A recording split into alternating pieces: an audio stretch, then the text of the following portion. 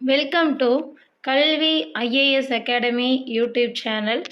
Online free Tamil சீரீஸில் ஒவ்வொரு இயலாக பார்த்துட்ருக்கோம். குரூப் 4 அண்ட் குரூப் 2க்கு தேவைப்படக்கூடிய சப்ஜெக்ட் எல்லாமே இதில் நம்ம கவர் பண்ண போகிறோம். ஸோ ஆல்ரெடி பார்த்தீங்க அப்படின்னா 6th standard 7th standard complete பண்ணியாச்சு. இயல் பை இயலாக டீட்டெயில்டு எக்ஸ்ப்ளனேஷனோடவே முடிச்சிருக்கோம். அதே மாதிரி இலக்கணத்துக்கும் தனியாக ஒரு பிளேலிஸ்ட்டும் இருக்குது, அதில் நீங்கள் ரெஃபர் பண்ணி பார்க்கலாம். 10th ஸ்டாண்டர்டில் 5 இயல்ஸ் முடிச்சாச்சு. இப்போது 6வது இயல் இன்றைக்கான கிளாஸில் இருக்க போகுது. இது ஏதாவது நீங்கள் ரெஃபர் பண்ணணும்னு நினச்சிங்க அப்படின்னா கல்வி ஐஏஎஸ் அகாடமியோட பிளேலிஸ்ட்டை யூஸ் பண்ணிக்கோங்க. அதே மாதிரி 11th ஸ்டாண்டர்ட் புக்ஸ்லையுமே ரொம்ப முக்கியமான கண்டென்ட் எல்லாம் போட்டுட்ருக்கோம். கிட்டத்தட்ட 2 இயல் வரைக்குமே முடிஞ்சிடுச்சு. ரொம்ப முக்கியமானது ஷார்ட்ஸ் ஏரியாவில் இருக்குது. அதையும் வேணும் அப்படின்னா நீங்கள் ரெஃபர் பண்ணி பார்த்துக்கலாம். ஸோ இன்றைக்கான கிளாஸ் பார்க்கலாம். இயல் 6 நிகழ்கலை. ஸோ இதில் பார்த்தீங்க அப்படின்னா பலவிதமான கலைகள் பற்றி கொடுத்துருப்பாங்க. இது ரொம்ப முக்கியமான ஒரு கண்டென்ட்டு. ஸோ இதை பார்க்கலாம். இதில் பார்த்தீங்க அப்படின்னா ஃபஸ்ட்டு ஒன் கரகாட்டம் பற்றி கொடுத்துருப்பாங்க. இதில் நம்ம ஹைலைட் பண்ணியிருக்கிற வார்த்தைகளை மட்டும் படிங்க போதும். கரகம் என்னும் பித்தளை செம்பையோ சிறிய குடத்தையோ தலையில் வைத்து தாளத்திற்கு ஏற்ப ஆடுவது தான் கரகாட்டம். ஸோ அந்த பித்தளை செம்பு அல்லது சிறிய குடம் இதோட பேர் தான் கரகம். இதை பார்த்து வச்சுக்கோங்க. Next one இசைக்கருவிகளும் இசைக்கப்படும். தவில், பொம்பை இதெல்லாம் இசைக்கருவிகளுடைய பெயர். அதே மாதிரி ஆணும் பெண்ணும் சேர்ந்து நிகழ்த்தும் கரகாட்டத்தில் சில நேரங்களில் ஆண் பெண் மாதிரி வேடமிட்டும் ஆடுவாங்க. கரகாட்டம் நிகழ்த்துதலில் இத்தனை பேர் தான் இருக்கணும் அப்படிங்கிறது கிடையாது. ஸோ இது ரொம்ப ஒரு முக்கியமான பாயிண்ட்டு தான். இத்தனை பேர் தான் இருக்கணும் அப்படின்னு கிரிக்கெட் மாதிரியான ஃபிக்ஸிங் இங்கே கிடையாது. ஸோ இதை பார்த்து வச்சுக்கோங்க. தென் நெக்ஸ்ட்டு ஒன் இது ஒரு புறநானூற்று பாடல் வரிகள். ஆல்ரெடி கேட்ட ஒன்று தான். நீரறிய வரியா கரகத்து. ஸோ இது முக்கியமானது புறநானூறு பாடல். ஸோ கரகம் எப்போவுமே வீட்டுக்கு வெளியே வச்சு தான் திருவிழாக்களில் ஆடுவாங்க. ஸோ அப்படின்ற மாதிரி ஞாபகம் வச்சுக்கோங்க. புறம்னா வெளியே அப்படிங்கிற மாதிரி. ஸோ அப்போ நீரறிய வரியா ஞாபகம் வச்சுக்கலாம். இன்னொன்றும் பார்த்தீங்கன்னா ரகர வரிசையில் இங்கே இருக்கும். வரியா, புறம். ஸோ இதெல்லாம் பார்த்தீங்க அப்படின்னா அந்த ரகர வரிசை. அப்போ நீங்கள் இதை வச்சு கொஞ்சம் ஈஸியாக ஞாபகம் வச்சுக்க முடியும். அடுத்தது பாருங்கள். சிலப்பதிகாரத்தில் மாதவி ஆடிய 11 வகை ஆடல்களில் குடக்கூத்து அப்படிங்கிற ஆடல் முக்கியமானது. இதுவே கரகாட்டத்திற்கு அடிப்படை என்றும் கருதப்படுகிறது. ஸோ மோஸ்ட் இம்பார்ட்டன்ட் ஏரியா இது. அப்போது இதில் என்னென்ன கண்டென்ட் இருக்குன்றதை பாருங்கள். சிலப்பதிகாரத்தில் மாதவி ஆடின ஆடல் வகைகள் எத்தனைன்னு பார்த்தா 11. தென் கரகாட்டத்தோடைய அடிப்படை எதுன்னு பார்த்தீங்கன்னா குடக்கூத்து. அதே மாதிரி குடக்கூத்து ஆட்டம் ஆடினவங்க யாருன்னு பார்த்தீங்கன்னா மாதவி. ஸோ இந்த மாதிரி பல பரிமாணங்களில் கேள்விகள் கேட்குறதுக்கான வாய்ப்புகள் இருக்குது. இந்த லெசனை ஸ்கிப் பண்ணாமல் இருக்கிற பாயிண்ட்ஸ் மட்டுமாவது பார்த்து வச்சுக்கிட்டிங்கன்னா பெட்டர். ஒரு மார்க்குமே காம்படிஷனில் ரொம்ப முக்கியமானது தான். இதன் அடுத்து பார்த்தீங்க அப்படின்னா காவடி ஆட்டம். கா அப்படிங்கிற சொல்லுக்கு பொருள் இங்கே இருக்குது. பாரந்தாங்கும் கோல் அப்படிங்கிறதா இதோடைய பொருள். இரு முனைகளிலுமே சம எடைகளை கட்டிய தண்டினை தோளில் சுமந்து ஆடுவது தான் கரகாட்டம். இந்த நெக்ஸ்ட் ஒன் பார்த்தீங்கன்னா ஒயிலாட்டம். இந்த ஒயிலாட்டத்தில் தோளால் கட்டப்பட்ட குடம், தவில், சிங்கி, டோலக், தப்பு போன்ற இசைக்கருவிகள் பயன்படுத்தப்படும். அடுத்து தேவராட்டம், சேர்வை ஆட்டம் கொடுத்துருக்குறாங்க பாருங்கள்.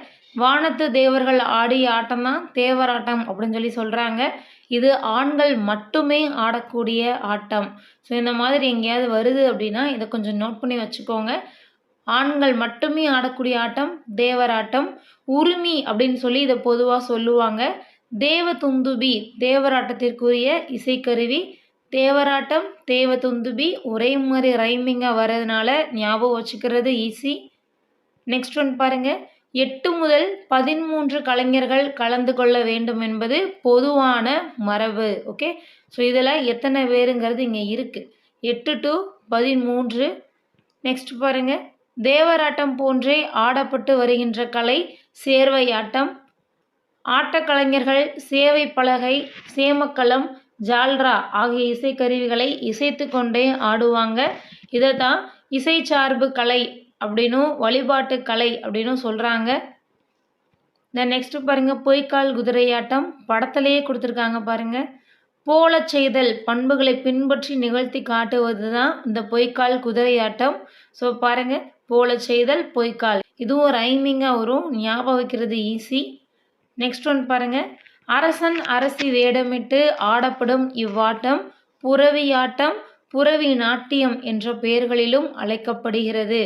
இது மராட்டியர் காலத்தில் தஞ்சைக்கு வந்ததா சொல்கிறாங்க. ஸோ இது முக்கியமான ஏரியா. ஸோ இந்த பொய்க்கால் குதிரையாட்டத்தை இன்ட்ரடியூஸ் பண்ணவங்க மராத்தியர்கள். அவங்களுடைய டைம் பீரியடில் தமிழ்நாட்டில் எங்கே முதல்ல வருதுன்னு பார்த்தீங்கன்னா தஞ்சை. ஸோ அதுவும் இங்கே ஹைலைட் ஆகிருக்கு பாருங்கள். நெக்ஸ்ட் ஒன் பாருங்க, நையாண்டி மேளம் நாகஸ்வரம் இசைக்கப்படும். ராஜஸ்தானில் கச்சி கொடி என்றும் கேரளத்தில் குதிரைக்களி என்றும் அழைக்கப்படுகிறது. ரொம்பவே முக்கியம். ஸோ இந்த பொய்க்கால் குதிரையாட்டத்திற்கு வேறு பெயர் இருக்குது. ராஜஸ்தானில் கச்சி கொடி, கேரளாவில் குதிரைக்களி. ஓகே, ஸோ இதை பார்த்து வச்சுக்கோங்க. அடுத்ததாக தப்பாட்டம். தப் தப் அப்படிங்கிற சத்தம் கேட்கறதுனால தான் இதுக்கு தப்பு அப்படிங்கிற பெயர் வந்துச்சு. ஒன்றை சொல்லுவதற்கென்றே இசைக்கப்படுவது தான் இந்த இசைக்கருவி பறை. ஓகே, ஸோ தாளக்கருவியின் பெயர் பறை, பார்த்து வச்சுக்கோங்க.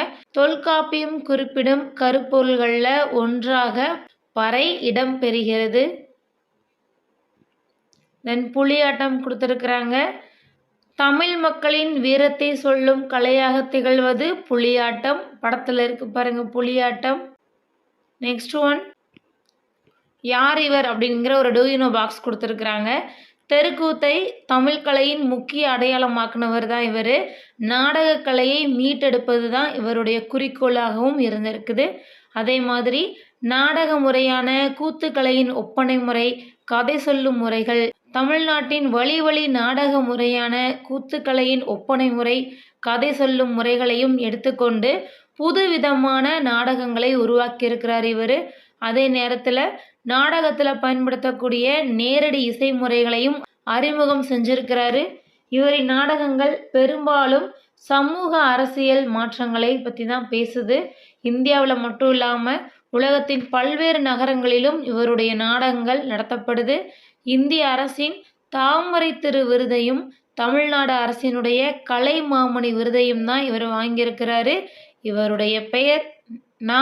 முத்துசுவாமி என்ற கலை ஞாயிறு. ஸோ இந்த ஏரியா ரொம்ப ரொம்ப முக்கியமான ஏரியா. கலை ஞாயிறு என்று அழைக்கப்படுபவர் நா. முத்துசாமி. இதை பார்த்து வச்சுக்கோங்க. Questionnaire area. மொழி ஞாயிறு, கலை ஞாயிறு, ஸோ இதெல்லாம் முக்கியமானது. நெக்ஸ்ட் ஒன் பார்த்தீங்கன்னா தெருக்கூத்து. தெருக்கூத்து வேளாண்மை செய்வங்களுடைய தெருக்கூத்து வேளாண்மை செய்வோருடைய கலையாக இருக்குது. அர்ஜுனன் தபசு அப்படின்னா மழை வேண்டி நிகழ்த்தப்படக்கூடியது இது. கூத்து கலைஞர், கூத்தை கற்றுக் கொடுப்பவர் ஆகியோருடைய அடிப்படையிலும் காலம், இடம் போன்றவற்றின் அடிப்படையிலும் கூத்து நிகழ்த்தப்படும். இதனை கதகளி போன்று செவ்வியல் கலையாக ஆக்கும் முயற்சிகள் மேற்கொள்ளப்படுகின்றன. ஸோ தெருக்கூத்திற்கான முக்கியத்துவம் கொடுத்துருக்குறாங்க. அடுத்ததாக பார்த்தீங்கன்னா தோற்பாவை கூத்து. லாஸ்ட் ஒன் இதுதான். பாவை குறித்த செய்திகள் சங்க காலம் முதல் 18ஆம் நூற்றாண்டு வரை தமிழ் இலக்கியங்களில் காணப்படுது. திருக்குறளில் மரப்பாவையை பற்றி குறிப்பிடுகின்றது. திருவாசகத்திலும் பட்டினத்தார் பாடலிலும் தோற்பாவை கூத்து பற்றிய செய்திகள் காண முடிகிறது. ஊர் ஊராக சென்று நிகழ்த்துகிற கூட்டு குடும்ப கலையாக தோற்பாவை கூத்து விளங்குகிறது. தோற்பாவை கூத்து, கையுறப்பாவை கூத்து, பொம்மலாட்டம் என்பனவாகவும் மாற்றம் பெற்றுள்ளது. ஸோ இந்த வரிகள் முக்கியம். தோற்பாவை கூத்து பார்த்து வச்சுக்கோங்க. தென் அடுத்ததாக பார்த்தீங்கன்னா எண்ட் ஆஃப் த லெசனில் எத்திசையும் புகழ் மணக்குங்கிற ஒரு கண்டென்ட் கொடுத்துருக்குறாங்க. மலேசிய தலைநகர் கோலாலம்பூரில் புகழ்மிக்க பகுதியில் ஒரு தெரு இருக்குது. அந்த தெருவோட பெயர் பார்த்தீங்கன்னா ராச சோழன் தெரு. ஓகே, ஸோ இது எதை மீன் பண்ணி நமக்கு இங்கே காட்டுது அப்படின்னா, மாமன்னன் ராஜராஜ சோழன் பல்வேறு நாடுகளுக்கு பயணம் மேற்கொண்டிருக்காருங்கிறத சொல்லுது. இந்த தகவல்களை கொடுத்தது 5ஆம் உலகத்தமிழ் மாநாடு. நெக்ஸ்ட் ஒன் பார்த்தீங்க அப்படின்னா முத்துக்குமார சுவாமி பிள்ளை தமிழ். இதனுடைய ஆசிரியர் குமாரகுருபரர். ஸோ இதற்கான நுழையும் முன் கண்டென்ட் கொடுத்துருக்காங்க. இதை பாருங்கள். சந்தத்துடன் உள்ள பாடலில் உயிர்ப்பு அதிகம் இருக்கும், கேட்போருக்கு ஈர்ப்பும் இருக்கும். தொடக்கம் முதல் தமிழ் இலக்கியத்தில் சந்தத்தை ஊட்டிய இசை நாட்டிய பாடல்கள் மொழிக்கு பெருமை சேர்த்தன. ஏற்றம் இறைத்தலுக்கு ஏற்ற சந்தத்தை கொண்டிருக்கிறது நாட்டுப்புற பாடல். ஓகே, ஸோ குழந்தையின் தலை அசைத்தலுக்கும் சந்தம் அமைத்து பாடுறது தான் பிள்ளைத்தமிழ். ஸோ இதை நம்ம எதுக்கு இந்த இதை ரீட் பண்ணோம் அப்படின்னா, இதில் பார்த்தீங்கன்னா நாட்டுப்புற தமிழுக்கான முக்கியத்துவத்தை சொல்லியிருப்பாங்க. நாட்டுப்புற தமிழில் இருக்கக்கூடிய முக்கியத்துவமும் இங்கே தெரியுது. அதே மாதிரி பிள்ளைத்தமிழ்லாம் என்னன்னு பாருங்கள். குழந்தைகளுடைய தலை அசைகிறதுக்கு சந்தம் வச்சு நம்ம தமிழில் பாட முடியும் நாட்டுப்புற பாடல்களில். அதைத்தான் இங்கே பிள்ளைத்தமிழாக கொடுத்துருக்குறாங்க. ஸோ பாடப்பகுதியில் கொடுத்துருக்கிறது பார்த்திங்கன்னா ஆடுக செங்கீரை தான். ஸோ இந்த ஆடுக செங்கீரை பற்றி நமக்கு தெரியணும்னா படமே கொடுத்துருக்குறாங்க பாருங்கள். சேயுடன் மகிழ்ந்து குழாவும் தாய், 17ஆம் நூற்றாண்டு சுவரோவியம் சிதம்பரம். ஸோ தன்னோட குழந்தைய தாய் எப்படி கொஞ்சுறாங்க அப்படிங்கிறது இந்த படத்தில் இருக்குது. ஸோ இந்த பாடல் வரிகளை பாருங்கள். ஆடுக செங்கீரை, செம்பு நடிச்சிறு கிங்கினியோடு சிலம்பு கலந்தாட. ஸோ இதோட பொருளை பாருங்கள். செம்பு நடிச்சிறு, செம்பு நடி, அடி அப்படின்னா என்ன, எதை மீன் பண்ணுதுன்னு பாருங்கள். திருவடி கால். ஸோ வரி என்ன சொல்கிறாங்க அப்படின்னா, காலில் போட்டிருக்க சிலம்பு கிங்கினியோட சவுண்டு கேட்குள்ளே குழந்தைங்க காலில், அதை மீன் பண்ணுது. அதே மாதிரி பாருங்கள். திருவரை ஞானரை மணியோடு மொழி திகழரை வடமாட. திருவரை ஞானரை பாருங்கள், இது எதை மீன் பண்ணுது? அரை அப்படிங்கிறது இங்கே அரைநான் கயிற்றை மீன் பண்ணுது. அதாவது நம்ம இடுப்பில் போட்டிருக்க அரணக்கொடி. ஸோ இந்த அரணான் மணி இதை பற்றி தான் இங்கே பேசுகிறாங்க. இடுப்பில் அந்த குழந்தைக்கு அதை போட்டிருக்காங்க. தென் அடுத்தது பாருங்கள். கைம்புன சும்பிய தொந்தியோடு சிறு பண்டி சரிந்தாட. ஸோ பண்டி, பண்டி என்பது வயிறுன்னு அர்த்தம். ஸோ இது இங்கே கொடுத்துருப்பாங்க பாருங்கள். சொல்லும் பொருளும்ல பண்டினா வயிறு. இதுக்கு என்ன பொருள்னு பாருங்கள். தொந்தி இருக்கக்கூடிய அந்த வயிறு அசைந்து ஆடுது அந்த குழந்தைக்குன்னு சொல்கிறாங்க. அடுத்து பாருங்கள். பட்ட நுதற்புலி பொட்டோடு வட்ட சுட்டி பதிந்தாட. ஸோ பொட்டு வட்ட சுட்டி இதெல்லாம் நமக்கு தலைப்பகுதியில் வைக்கக்கூடியது தானே. ஸோ நெத்தியில் இருக்கக்கூடிய பொட்டும் வட்ட வடிவான சுட்டியும் இங்கே மீன் பண்ணியிருக்காங்க. நெக்ஸ்ட் பாருங்கள். கம்பி விதம் பொதி குண்டலம் உங்குலை காது மசைந்தாட. ஸோ காதில் போட்டிருக்கிறது குண்டலம், அதை மீன் பண்ணுறாங்க. ஸோ அந்த குண்டலம் அசைந்தாடுது. அடுத்தது பார்த்திங்க அப்படின்னா சூழிய முச்சு முச்சி கதிர் முத்தொடுமாட. ஸோ இதற்கு என்ன பொருள்னு பார்க்கலாம். அதாவது முத்து மணிகள் இருக்கு இல்லையா, ஸோ அந்த மணிகள்லாம் ஆடுதுன்னு சொல்லி மீன் பண்ணுறாங்க. அதான் முச்சி முச்சு பாருங்கள். நெக்ஸ்ட் ஒன் பாருங்கள்.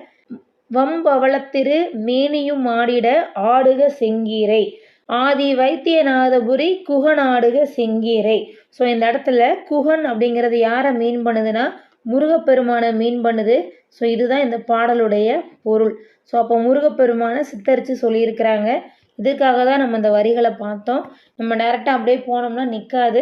ஸோ கொஞ்சம் நிற்கணும், மறக்காமல் இருக்கணுங்கிறதுக்காக தான் இவ்வளோ நேரம் பார்த்தது.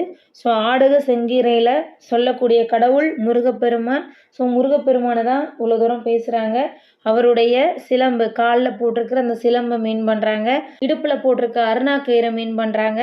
அதே மாதிரி அந்த தொந்தியை மீன் பண்ணுறாங்க. வயிறு, பொட்டு, நெத்திச்சுட்டி இதெல்லாம் மீன் பண்ணுறாங்க. காதில் போட்டிருக்க குண்டலத்தையும் மீன் பண்ணுறாங்க. அந்த கொண்டை போட்டு கொண்டையை சுற்றி இருக்கக்கூடிய முத்துக்களை பற்றியும் இங்கே பேசுகிறாங்க. ஸோ முருகரை பற்றி இதில் சொல்கிறாங்க. இதுதான் செங்கீரை பருவம். இதில் பார்த்தீங்க அப்படின்னா சொல்லும் பொருளும் முக்கியமானது. பண்டி என்பதன் பொருள் வயிறு, அசும்பிய அப்படின்னா ஒளி வீசுகிற, முச்சி அப்படின்னா தலையுச்சி கொண்டை. இதில் எதை படிக்கணும்? பண்டி வயிறு, அதை மட்டும் படிச்சுக்கிட்டிங்கன்னா போதும், வேறு எதுவும் தேவையில்லை. பாடலின் பொருள் இவ்வளோ நேரம் நம்ம பார்த்த வரைக்கும் போதுமானது. நெக்ஸ்ட் இலக்கண குறிப்பு பாருங்கள். குண்டலமும் குலைக்காதும், உம்னு முடியுது பாருங்கள். குண்டலமும் குலைக்காதும் அப்படி வந்துச்சுன்னா அது எண்ணும்மை. ஓகே, அதே மாதிரி ஆடுக, கா இய இயர் இதெல்லாம் வந்துச்சுன்னா வியங்கோல் வினைமுற்று. பக்கத்தில் நோட் பண்ணி வச்சுக்கோங்க. இய இயர் அதுவும் ரொம்ப முக்கியம். தென் இதில் பாருங்கள். செங்கீரை பருவம்னா என்னன்னு கொடுத்துருக்காங்க. இதிலிருந்து கொஷின் வரைக்கான சான்சஸ் இருக்குது பாருங்கள். செங்கீரை, செங்கீரை செடி. ஸோ இந்த செங்கீரைங்கிறது என்ன அப்படின்னு கூட கேட்கலாம். இது ஒரு செடியோட பெயர். காற்றில் ஆடுறது மாதிரி குழந்தையுடைய தலை, 5, 6ஆம் மாதங்களில் மென்மையாக அசையுது. அதனால தான் இதை என்ன சொல்கிறாங்க, செங்கிறை பருவம்னு சொல்லி சொல்கிறாங்க. இந்த பருவத்தில் குழந்தையை தன் இரு கை ஊன்றி ஒரு காலினை மடக்கி மற்றொரு காலை நீட்டி தலை நிமிர்ந்து முகம் அசைத்து ஆடும். ஓகே, ஸோ இதுக்கு பேர் தான் என்ன பேர் அப்படின்னா செங்கிறை பருவம்னு பேர். தென் அணிகலன்கள் கொடுத்துருக்குறாங்க பாருங்கள், பொறுத்துக மாதிரி கூட இல்லை சரியானவற்றை தேர்ந்தெடுக்க அதில் கூட கொஷின்ஸ் கேட்கலாம். சிலம்பு கிண்கிணி காலில் அணியிறது, கண்ணகியோட சிலம்பு இப்போ நீங்கள் ஞாபகம் வச்சுருப்பீங்க, கால் போட்டுடலாம். கிண்கிணி இதான் கொஞ்சம் முக்கியமாக இருக்கும், பார்த்து வச்சுக்கோங்க. அரைநான் கயிறு இடுப்பில் அணியிறது, ஸோ இதுவும் ஞாபகம் இருக்கும். நெத்தி சுட்டி நெத்தியில் போடுறது பிரச்சனை இல்லை. குண்டலம் காது, குலை பார்த்து வச்சுக்கோங்க. ஸோ குலை மறக்கலாம், குலைங்கிறது காது. அடுத்து பாருங்கள், சூளி, சூளினாலும் தலை. ஸோ தலையில் தான் சுழி இருக்கும். இப்போ குழந்தைகளுக்கு ரெட்டை சுழி, ஒரு சுழி, 3 சுழின்லாம் சொல்கிறாங்க இல்லையா, ஸோ அந்த சுழின்ற மாதிரி ஞாபகம் வச்சுக்கோங்க. சுழியை ஞாபகம் வச்சுக்க போகிறோம். ஸோ அப்போ நீங்கள் மறக்காமல் ஞாபகம் வச்சுக்கணும் அப்படின்னா கிண்கிணியும் குலையும் மட்டும்தான். தென் இதுக்கான நூல்வழி ரொம்பவே முக்கியமானது. இந்த பாடலை எழுதினவர் குமரகுருபரர். அவர் எழுதின முத்துக்குமார சுவாமி பிள்ளை தமிழில் இருந்து தான் இந்த செங்கிறை பருவத்துடைய பாடல் கொடுத்துருக்குறாங்க. தென் 96 வகை சிற்றிலக்கியங்களில் ஒன்று தான் பிள்ளை தமிழ், பார்த்து வச்சுக்கோங்க. இதில் இறைவனை பற்றி சொல்லலாம், தலைவரை பற்றி சொல்லலாம், அரசனை பற்றி சொல்லலாம். இவங்களை யாரனாலுமே பாட்டுடை தலைவராக வச்சு அவங்கள குழந்தையாகவும் பாவித்து அந்த பாடலை பாடலாம். ஸோ நம்ம பாடல் வரிகளை கொஞ்சம் டீட்டெயில்டாக பார்த்தோம் இல்லையா, அதுலேயே புரிஞ்சிருக்கும். முருகப்பெருமான சின்ன குழந்தை மாதிரி நினச்சி நெத்தி சுட்டி ஆடுது, குண்டலம் ஆடுது, காலில் வந்து கிண்கிணி ஆடுதுன்னெலாம் சொன்னாங்க. ஸோ சிறு குழந்தையாக பாவித்து, இதான் ரொம்ப முக்கியம். அடுத்து பாருங்கள், 10 பருவங்கள் அமைத்து. ஸோ இதில் பருவங்கள் எத்தனைன்னு பார்த்து வச்சுக்கோங்க. 10 பருவங்கள் இருக்குது. பருவத்திற்கு 10 பாடல்கள் இருக்குது. மொத்தம் 100 பாடல்கள் இங்கே பாடப்படும். மொத்தம் 100 பாடல்கள். ஓகே, தென் அடுத்து பாருங்கள், ஆண்பால் பிள்ளைத்தமிழ், பெண்பால் பிள்ளைத்தமிழ் சொல்லி 2 வகையான பிள்ளைத்தமிழ் இருக்குது. தென் குமரகுருபரரின் காலம் 17ஆம் நூற்றாண்டு. தென் இவர் பார்த்தீங்க அப்படின்னா வடமொழி, தமிழ், ஹிந்துஸ்தானி ஆகிய மொழிகளில் புலமை மிக்கவர். இவர் எழுதிய நூல்கள் கொடுத்துருக்காங்க பாருங்கள், கந்தர் கலிவெண்பா, மீனாட்சி அம்மை பிள்ளைத்தமிழ், மதுரை கலம்பகம், சகலகலா வள்ளி மாலை, நீதிநெறி விளக்கம், திருவாரூர் மும்மணிக்கோவை. இது எல்லாமே இவர் எழுதின நூல்கள். இந்த ஏரியாவில் கொஷின் கேட்டிருக்காங்க. அடுத்து பாருங்கள், இருபாலருக்கும் பொதுவான பருவங்கள் லிஸ்ட் அவுட் பண்ணியிருக்காங்க. ஸோ மொத்தம் எத்தனை பருவங்கள் பார்த்தோம்? மொத்தம் 10 பருவங்கள் பார்த்தோமா. இதில் பார்த்தீங்கன்னா ஆண்பாலுக்கு இருக்கக்கூடிய கடைசி 3, பெண்பாலுக்கு இருக்கக்கூடிய கடைசி 3, இது மட்டும்தான் தனித்தனியாக டிஃப்ரெண்ட்டாக இருக்கும். மற்ற எல்லாமே, மற்ற 7மே காமனாக இருக்கக்கூடியது தான். அப்போ பார்த்தீங்கன்னா காப்பு, செங்கிறை, தாள், சப்பானி, முத்தம், வருகை, அம்புலி, இந்த 7மே ஆண்பால் பெண்பாலுக்குரிய பொதுவான பருவங்கள். அப்போ ஆண்பாலுக்கு கடைசி பார்த்தீங்கன்னா சின்னு முடிஞ்சிருக்கும். ஸோ சியில் முடிஞ்சிச்சுன்னா அது ஆண்பால். சிற்றில், சிறுவரை, சிறுதேர் அப்படி ஞாபகம் வச்சுக்கோங்க. பெண்பால் பிள்ளை தமிழுக்கு கலங்கு, அம்மானை, ஊசல். ஓகே, ஸோ இதை நீங்கள் மெமரி பண்ணி வச்சுக்கிட்டிங்கன்னா மறக்காது, ஈஸியாகவும் இருக்கும். ஸோ ஒன்ஸ் அகைன் நூல்வழி பாருங்கள். குமரகுருபரர் அப்படின்னா முத்துக்குமார சுவாமி. ஸோ குமார்ன்ற மாதிரி ஒன்றா வருது இல்லையா, இதை கூட நீங்கள் ஞாபகம் வச்சுக்கலாம். செங்கிறை பருவம். இந்த பாடலில் முருகப்பெருமானை பற்றி சொல்கிறாங்க. செங்கிறைங்கிறது ஒரு செடியோடைய பெயர், அதான் செங்கீரை. கீரைனாலே செடின்னு சொல்லுவோம் இல்லையா, ஸோ அதை நீங்கள் ஞாபகம் வச்சுக்கலாம். கீரை செடி, அது அசைகிற மாதிரி 5, 6 மாதங்களில் குழந்தையோடைய தலை அசையும். இதை எப்படி ஞாபகம் வச்சுக்கலான்னு பாருங்கள். கீரைக்கட்டு 5 ரூபாலேருந்து 6 ரூபா வரைக்கும் இருக்கும். அதான் வந்து பொதுவாக அதோட ப்ரைஸேவும். ஸோ அதை வச்சு கூட நீங்கள் ஞாபகம் வச்சுக்கலாம். ஸோ அப்போ கீரைங்கிறது செடி, கீரைக்கட்டு 5லேருந்து 6 ரூபா வரைக்கும் இருக்கும். குழந்தையுடைய தலை 5லேருந்து 6 மாதங்களில் மென்மையை அசைகிறத பற்றி சொல்லியிருக்காங்க. தென் இது செங்கிறை பருவம். இதில் அந்த குழந்தையோட போஸை பாருங்கள். குழந்தை தன் இரு கையை ஊனிரும், 2 கையும் தரையில் வச்சு ஊனி, ஒரு காலை மடக்கி ஒரு காலை நீட்டி தலையை மட்டும் நிமிர்ந்து பார்க்குறாங்க. இதுக்கு பேர் தான் செங்கிறை பருவம். அணிகலன்கள் பார்த்துட்டோம். அதே மாதிரி பிள்ளை தமிழுக்குரிய பருவங்கள் 10, ஆண்பாலுக்கு 10, பெண்பாலுக்கு 10. ஸோ 10 10 ஒவ்வொரு பருவத்திற்கும் 10 10 பாடல்கள் வீதம், மொத்தம் 100 பாடல்கள். ஓகே, ஒவ்வொரு பருவத்திற்குமே 10 10 பாடல்கள் வச்சு மொத்தம் 100. இதை ஞாபகம் வச்சுக்கோங்க. இதில் பார்த்தீங்கன்னா இந்த பருவங்களில் ஆண்பால் பெண்பால் ரெண்டுக்குமே காமனாக இருக்கக்கூடியது 7 பருவங்கள். டிஃப்ரெண்ட்டாக இருக்கிறது 3. ஆணுக்கு மட்டும்தான் சிசி அப்படின்ற மாதிரியே வரும், சிற்றில் சிறுவரை சிறுதேர். ஓகே, ஸோ இன்றைக்கான இந்த கிளாஸில் நம்ம வந்து 6வது இயலை 2 பாட்டாக பிரித்து பார்க்க போகிறோம். ஃபஸ்ட்டு செட்டு இப்போ முடிஞ்சிடுச்சு. செகண்ட் செட்டில் இலக்கணம் கவர் ஆகும். ரொம்ப முக்கியமான ஏரியா. படிக்காமையே நம்ம அதையும் ரொம்ப ஈஸியாக ஷார்ட்கட்டில் பார்த்துடலாம்.